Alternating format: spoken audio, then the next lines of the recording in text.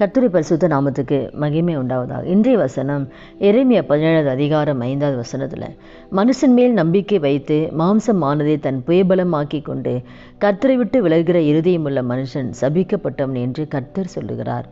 நாளைக்கிட்ட ஆண்டவர் சொல்கிற இந்த வார்த்தை என்னன்னா, மனுஷன் மேலே நம்பிக்கை வைக்காத. இந்த மனுஷனால இது முடியும், இந்த மனுஷன் எனக்கு செய்வார், இந்த மனுஷனுங்களும் ஒரு நன்மை வரும், இந்த மனுஷன் மூலம் இந்த பிரச்சனை தீரும், இந்த மனுஷன் மூலம் ஒரு கடன் தீரும். இப்போ எந்த காலத்தில் மனுஷன் மேலே நம்பிக்கை வைக்காத. இவன் இதை செஞ்சுருவாங்க, என் குடும்பத்துக்கு செஞ்சுருவாங்க நம்பாத.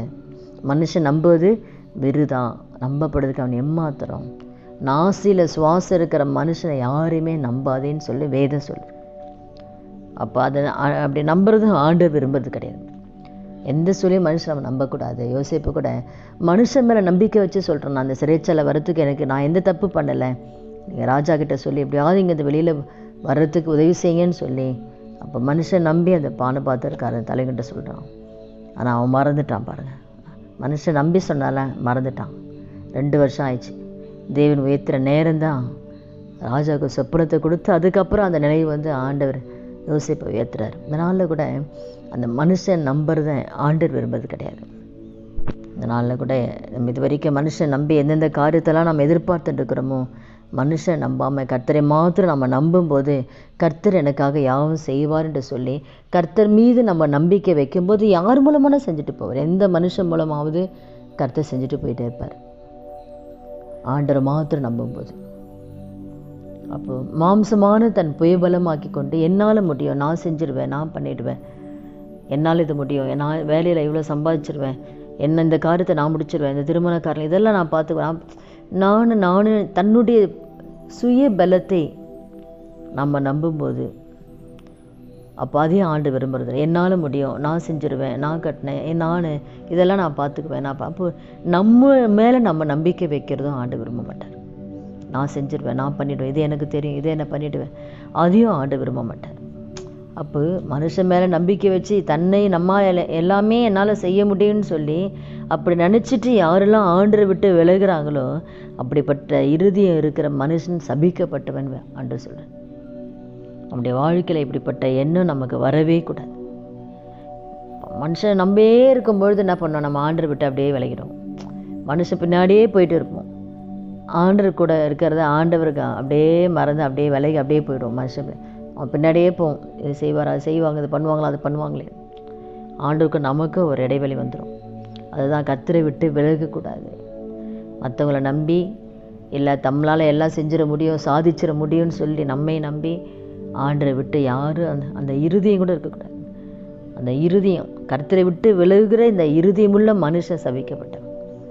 அதனால் கூட இந்த வார்த்தை கேட்குற ஒவ்வொருத்தர் வாழ்க்கையிலையும் நம்ம எந்த சொல்லுமே மனுஷன் மேலே நம்பிக்கை வைக்கக்கூடாது. அந்த ஒரு தீர்மானம் நம்ம எடுக்கலாம். எந்த சூழ்நிலையும் ஆண்டவர், எந்த தேவைகளாக இருந்தாலும், பிள்ளைகளுடைய காரியமா, திருமண காரியமா, இல்லை பண தேவைகளா, கடன் பிரச்சனை, எந்த காரியமாக இருந்தாலும் இவங்க இப்படி செஞ்சுருவாங்க, இது இப்படி பண்ணுவாங்க, இவங்க மூலம் நடக்கும்.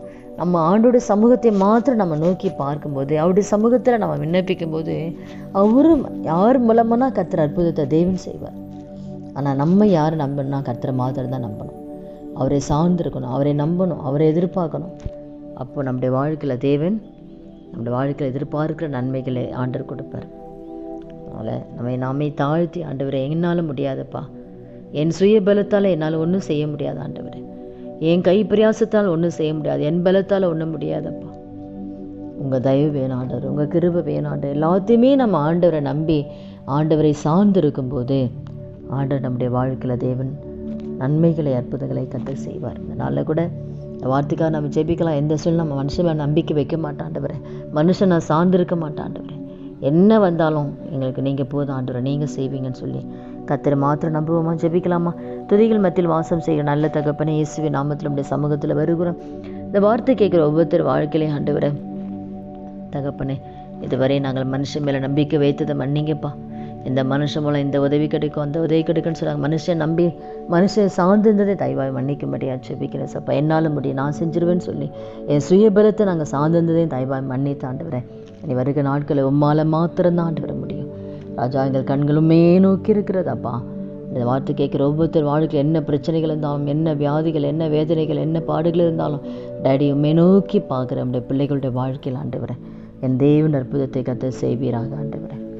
அப்போ எந்த சூழல் ஆண்டவரே மனுஷன் நம்பாதபடிக்கு கர்த்தாவே கர்த்தரை மாத சார்ந்து வாழக்கூடிய கிருபை எங்களுக்கு இந்த வார்த்தை கேட்குற ஒவ்வொருவருக்கும் தரும்படியாக ஜெபிக்கிறோம். அப்படி செய்ய போதுக்காய் நன்றி செலுத்துகிறோம். இயேசுவின் நாமத்தில் ஜெபிக்கிறோம் நல்ல பிதாவே, ஆமேன். கர்த்தர் நாமத்துக்கு மகிமை உண்டாவதாக.